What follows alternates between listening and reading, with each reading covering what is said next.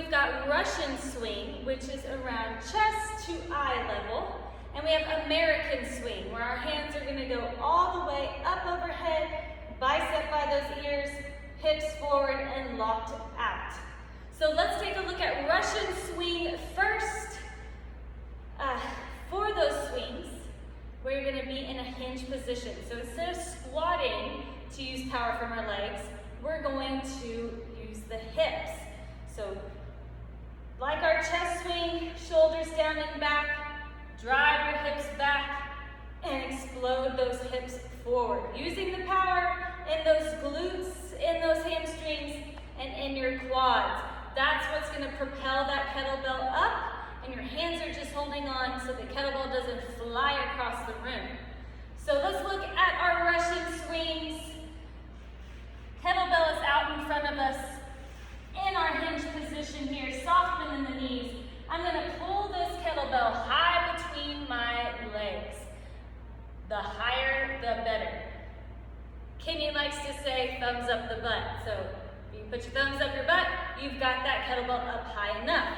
If your hands are by your knees, bring those hands up.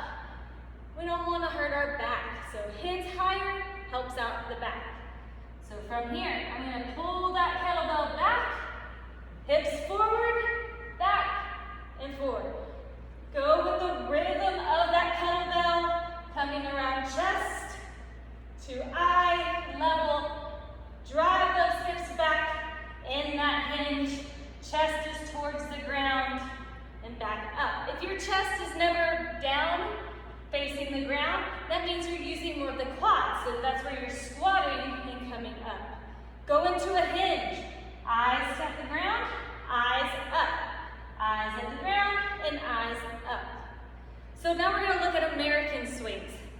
Same form, but we're gonna have to use those hips even more to get that kettlebell all the way up overhead. Now your arms are really having to work because we don't want to go too far. So getting all the way up, hold at that top, and then come back down. So again, in my hinge, pull high, use those hips to get that kettlebell up. You don't have to pause like I am, I'm just showing you the move. Hopefully your kettlebell's a little heavier, so that's forcing you to not hold right here.